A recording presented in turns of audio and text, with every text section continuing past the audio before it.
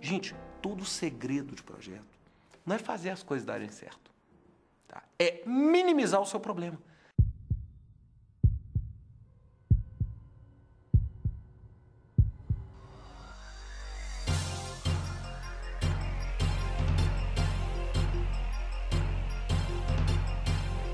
Então, você tem que estar na frente. Porque, é claro, quem está na frente corre muito mais risco. Mas também, se as coisas dão certo, colhe muito mais resultado. Então, risco é algo inevitável. Então, você tem que saber correr esse risco. Se você não quiser correr risco em projeto, você não pode fazer projeto. Ainda mais no Brasil.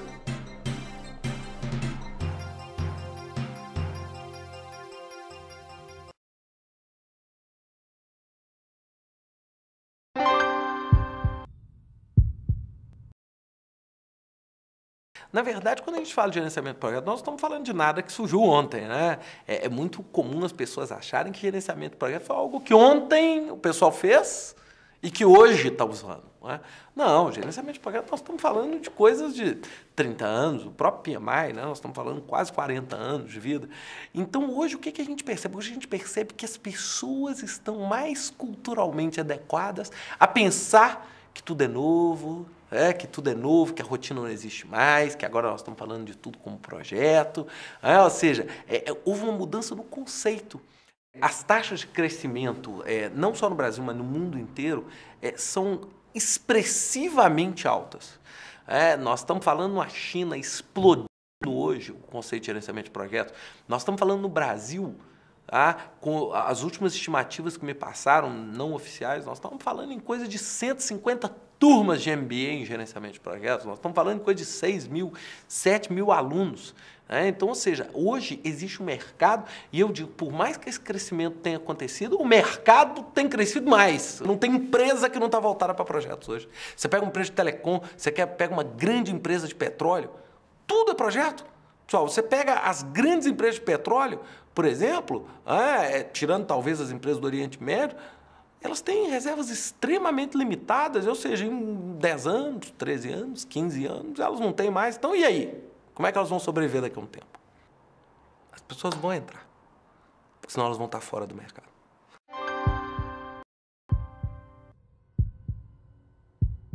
Gente, todo segredo de projeto não é fazer as coisas darem certo, tá? É minimizar o seu problema. E o que acontece? Se você tem um pensamento estruturado, ordenado, encaixado e acertado, sua chance de ter sucesso naquilo aumenta. O seu trabalho é menor. Por quê? Porque gerenciar a crise custa caro. Custa muito caro apagar um incêndio por dia. E eu adoro uma palavra que um dos primeiros pessoas meu de gerenciamento de projetos falou. O executivo brasileiro nunca tem tempo para planejar, mas ele sempre tem dinheiro para refazer.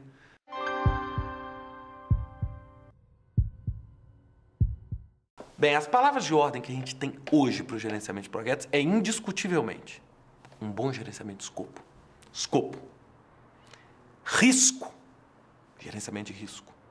E os aspectos humanos. Basicamente, comunicação e recursos humanos.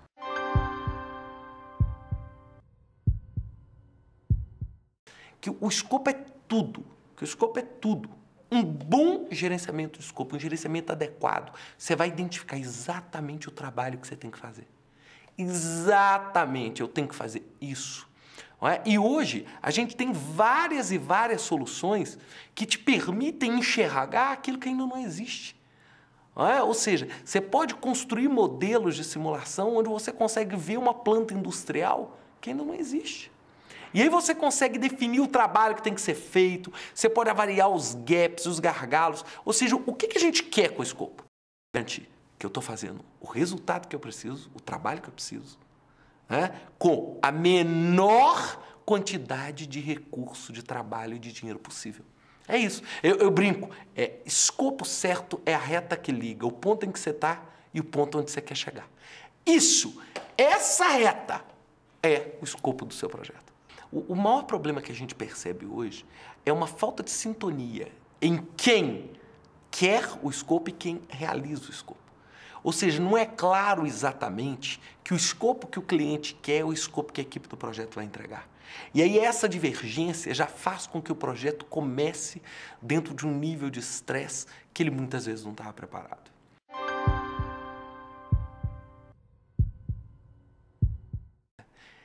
Acho que depois dos atentados de setembro e desse crescente questão terrorista, o conceito de risco virou um conceito fundamental.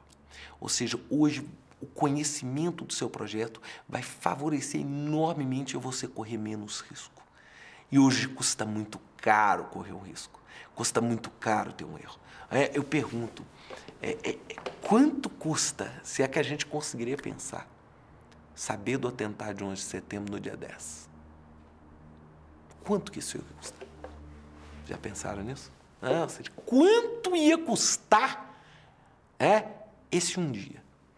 E imaginem hoje o que o governo americano e o governo da Inglaterra, o governo do mundo inteiro, os governos do mundo inteiro estão fazendo para tentar minimizar o risco. Então, o risco é inevitável. Então, você tem que saber correr esse risco. Se você não quiser correr risco em projeto, você não pode fazer projeto. Ainda mais no Brasil. Hoje, no Brasil, nós temos riscos relacionados à política, a governo, à instabilidade contratual, a instabilidade nas relações governamentais, ou seja, você vem como uma indústria internacional fazer um investimento de grande porte no país, e aí você vem dentro de um cenário de juros e um cenário político, econômico, aí de repente mudam-se as regras com muita facilidade, ou seja, não existe um respeito tão desenvolvido assim, como existe em outros países, com relação a isso. Então, isso gera um risco. Além disso, nós temos riscos muito relacionados à cultura. O brasileiro hoje está mudando a cultura, mas o brasileiro, desculpe o termo, ele é fazedor, ele não é planejador.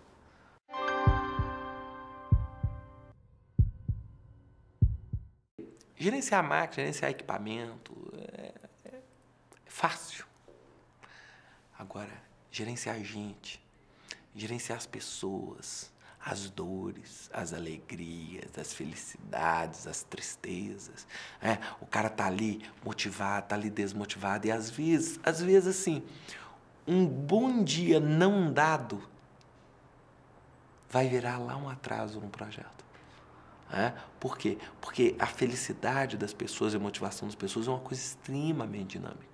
Então, ou seja, hoje existem vários estudos sobre recursos humanos e as pessoas começaram a subverter, ou seja, a administração por resultado. Então, você subverte a um segundo plano todo o recurso humanos, achando que, não, o que vale é o resultado, custe o que custar esse resultado. E aí a gente hoje tem tido um problema gravíssimo de recursos humanos. A maior parte das empresas tem tido o quê? Um turnover altíssimo. Equipes completamente desmotivadas. Isso gera o quê? Perda de qualidade, perda de resultado, gera retrabalho, estresse, não é? Ou seja, gera todo um efeito colateral negativo exatamente porque a gente não administra bem. E não é só fazer. Talvez esse capitalismo tenha forçado a gente um jogo do vale tudo, do tem que fazer, do vale tudo, e a gente acaba penalizando outras coisas que acabam custando muito caro lá na frente. Acaba custando muito caro. E eu acho assim, hoje um dos maiores desafios da minha vida é conseguir fazer exatamente esse balanço, esse equilíbrio e conseguir pegar as pessoas que estão junto comigo, pensar as pessoas que estão em projeto comigo e conseguir ter o máximo resultado sem necessariamente gerar o máximo desgaste para tê-lo. E não adianta, administrar bem recursos humanos não é simplesmente dar um tapinha nas costas do colega, é um processo muito mais estruturado para garantir que as pessoas vão dar o melhor do seu potencial e vão acreditar que elas estão contribuindo para o sucesso do projeto.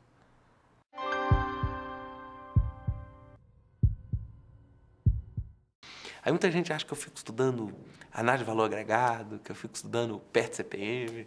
Pessoal, O que eu sei disso já é mais do que suficiente.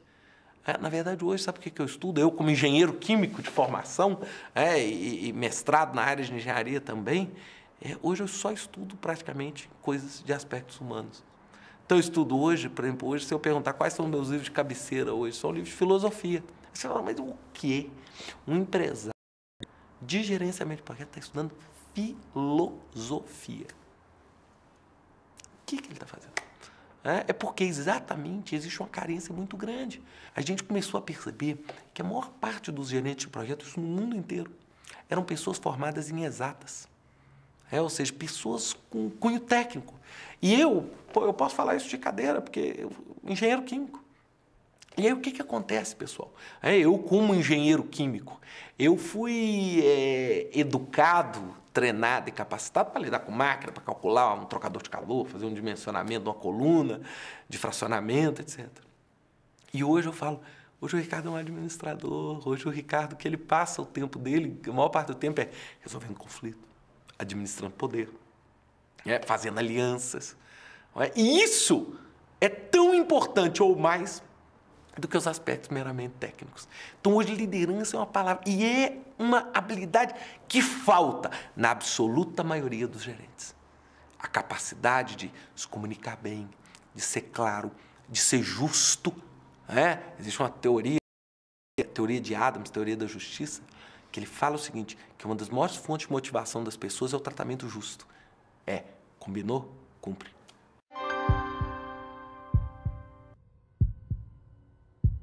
Eu estava lendo recentemente um livro, eu gosto de falar muito isso nas minhas palestras, quando eu dou palestras nos meus clientes de consultoria, é a questão daquele livro do Robert Greene, chamado 48 Leis do Poder.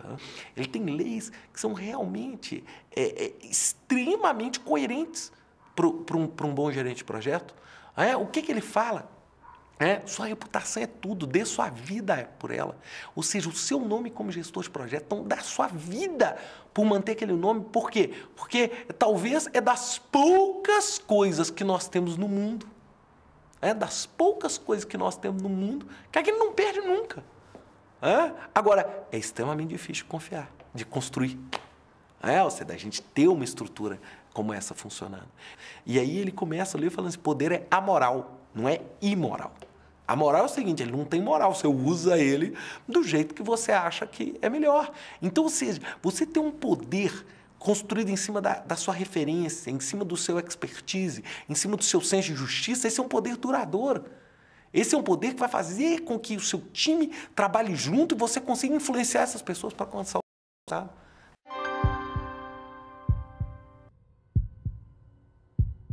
Porque quando eu falei poder é amoral, ética é moral. E falta de ética é imoral. É um assunto extremamente importante. Você vai me falar assim, mas por que não é uma das palavras de ordem? Na minha opinião, é uma das palavras de ordem. Mas eu acho que as pessoas ainda não se conscientizaram da importância no comportamento ético. E ser ético é bom. É bom. Sabe, ser correto é bom. Não só gera mais sucesso, ser honesto. Se você não consegue cumprir um prazo, é ser honesto e dizer, não dá. Para abrir outra possibilidade. Agora, será que você é ético falar que dá, sabendo que você não consegue cumprir? Será que isso é legal? Será que isso é correto?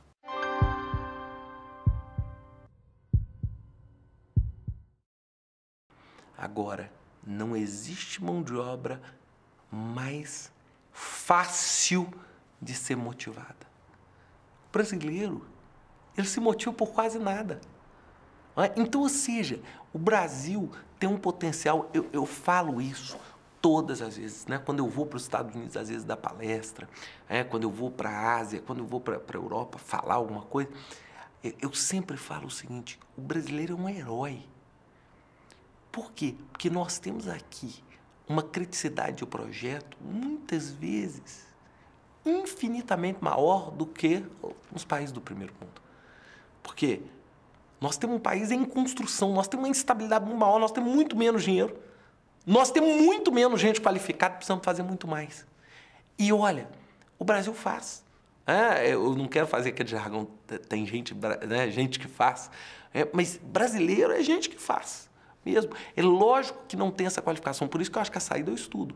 Porque se o povo brasileiro tivesse essa qualificação, ele tem outros valores intrínsecos culturais nossos que são extremamente bons. Se você olhar, às vezes, as pessoas humildes no Brasil são motivadas. Motivadas, às vezes, por tão pouco. Por tão pouco. Ou seja, são pessoas que têm o prazer de ajudar, têm o prazer de assistir.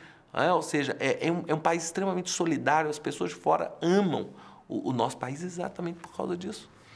Amam o nosso país por causa disso. Então, eu acho que se a gente consegue qualificar melhor, mas é qualificar formalmente, dar estudo, colocar as pessoas na sala de aula, dar estudo para essas pessoas, eu acho que nós vamos ter um conjunto de mão de obra muito melhor, porque nós vamos ter uma equipe extremamente motivada querendo fazer as coisas acontecerem. Eu vejo, é raríssimo eu ver um cliente meu, uma grande empresa, que não tem as pessoas a fim de fazer a coisa acontecer.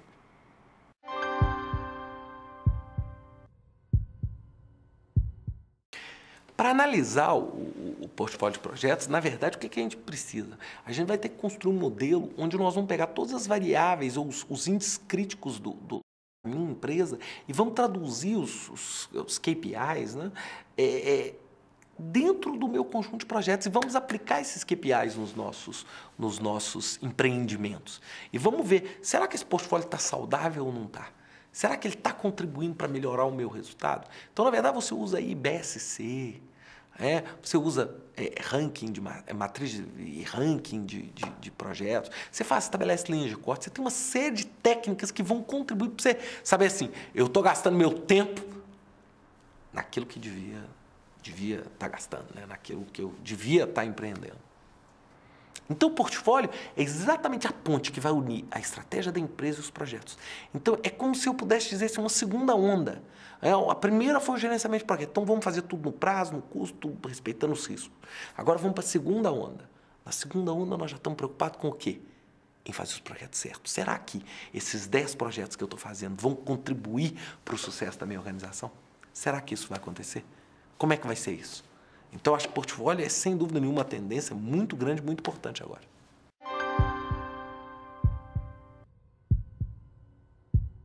Eu falo o seguinte, se eu pudesse fechar essa entrevista falando para as pessoas que estão começando hoje, primeira coisa, acreditar que é possível.